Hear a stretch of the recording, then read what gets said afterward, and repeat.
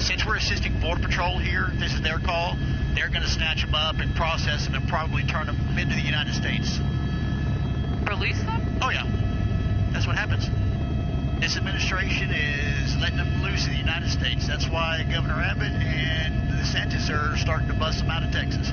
Because they get let loose into Texas, and we're just overwhelmed. See them running right here, Ferris? Yep, I see them. Just go around. They're hugging the tree line right there, running. Did you guys see that? They split up. They went into a Y formation. That's what we signed up to do. Signed up to, serve the people of the state of Texas.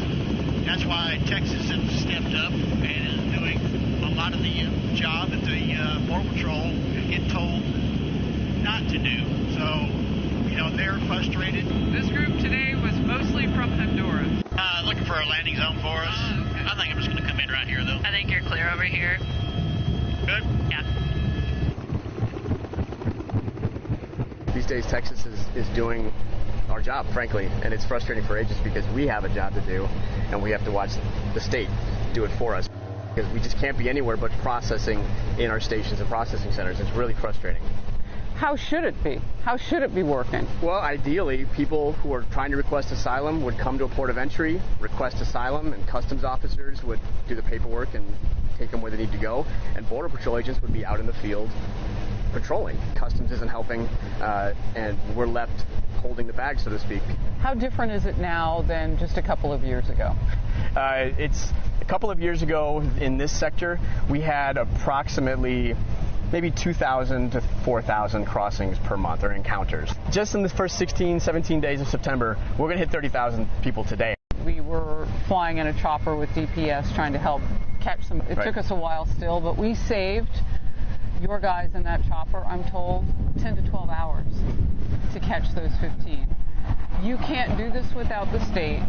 It's frustrating because we know that while we're indoors processing, people are getting away every single day, every station. And actually, we have cameras out there, and we see people's faces. We saw that. We see their faces. Like, we know that person just got away. We don't know anything about them. We don't know anything about their history. Maybe they don't have a criminal history, but we find plenty of people that do. And we don't know where they're going, and they're just disappearing into the interior of the United States. We're pulling bodies out of this river every single day. Every day. We have over 200 deaths just here in Del Rio sector. Agents here in my sector, they're tired of pulling children that have drowned out of the water. That's traumatizing for everybody involved. Have you spent any time with Secretary Mayorkas? The reality is he, just like everyone else on that cabinet, are not going to do anything that the president doesn't tell him to do. So, I think he could help influence it. I don't know what sort of pressure he's pushing back toward the White House. I don't know. How much of this from the White House is willful ignorance? How much of it is intentional, where they just don't care because it's politically not convenient for them?